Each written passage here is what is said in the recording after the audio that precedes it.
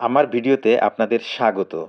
আপনার মোবাইল কেনা থেকে এ পর্যন্ত যত অ্যাক্টিভিটিস করেছেন, যা জাঙ্ক বা ট্রাশ হিসাবে আপনার মোবাইলের মেমোরিকে ভারী করছে, মোবাইলকে স্লো বা হ্যাং করছে, যা এক নিমিষেই চলে যাবে।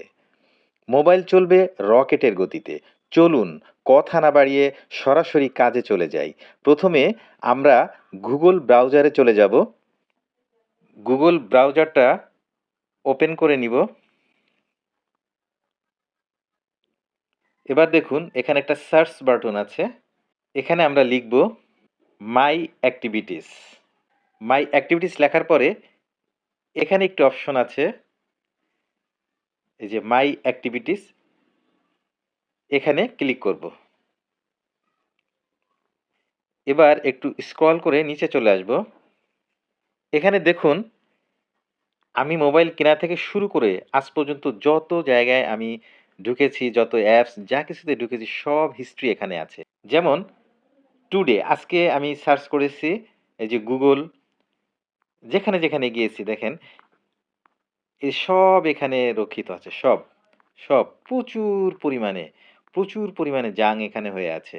তো একটা জিনিস খেয়াল রাখতে হবে, আমরা এগুলা ডিলিট করব বা ডিলিট করলে আমাদের কোনো অ্যাপস কোনো কিছুতে কোনো সমস্যা হবে না। তার বড় কারণ হচ্ছে দেখুন আমি যদি এই সার্চ অপশনটাতেই দেখি, এখানে শুধুমাত্র কয়টার সময় প্রবেশ করেছি সেটা লেখা আছে।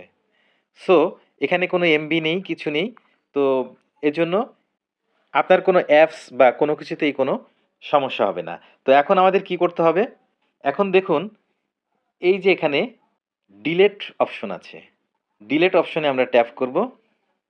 ট্যাপ করলে এখানে কয়েকটা অপশন আছে, last hour, last day, any time, custom range. তো আমরা এনি টাইম ট্যাপ করব। এনি টাইম ট্যাপ করলে দেখুন এই যে আমাদের এই বিভিন্ন অ্যাপসে যত জায়গায় যত জ্যাং বা ট্রাশ বা তথ্যগুলো আছে সেগুলা আমাদের অপ্রয়োজনীয় তথ্যগুলো আছে সেগুলা আমাদের মোবাইল থেকে ডিলিট হয়ে যাবে। তো আমরা এই নেক্সট বাটনে ট্যাপ করব।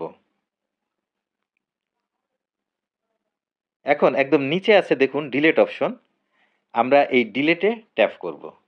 দেখুন সব ডিলিট হয়ে গেছে। এখানে আমাদের আর কোনো কিছুই নেই। তো আপনারা এই ছোট্ট একটি সেটিংস করলে আপনার মোবাইলটা অনেক রানিং হয়ে যাবে এবং অনেক সুন্দর চলবে। ভিডিওটি দেখে যদি আপনাদের ভালো লেগে থাকে তাহলে অবশ্যই চ্যানেলটি সাবস্ক্রাইব করবেন। সবাইকে ধন্যবাদ। আল্লাহ হাফেজ।